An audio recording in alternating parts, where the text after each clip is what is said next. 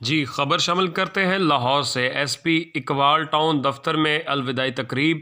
SP investigation Iqbal town के एजाज़ में अलविदाई तकरीब का एहतमाम किया गया। एसपी आफ्ताब अहमद पुलरवान का तबादला इकबाल टाउन इन्वेस्टिगेशन विंग से एसपी कैंट इन्वेस्टिगेशन हुआ है। SP Iqbal town operation doctor अमारा शराजी की अलविदाई तकरीब में खुसूसी शिरकत।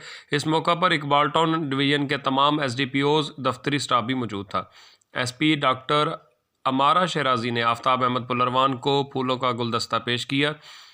डॉक्टर अमारा शराजी का कहना है आफ्ताब अहमद पुलरवान का शुमार पंजाब के पुलिस के काबिल तरीन अफसरान में होता है। एसपी डॉक्टर अमारा शराजी और SDPOs पुलिस अफसरान का आफ्ताब अहमद पुलरवान के लिए नए ख्वाहिशात का इजहार। एसपी डॉक्टर अमारा शराजी ने कहा कि बतौर SP investigation Iqbal town Aftab Ahmad Pulrawan की खिदमात को हमेशा याद रखा जाए।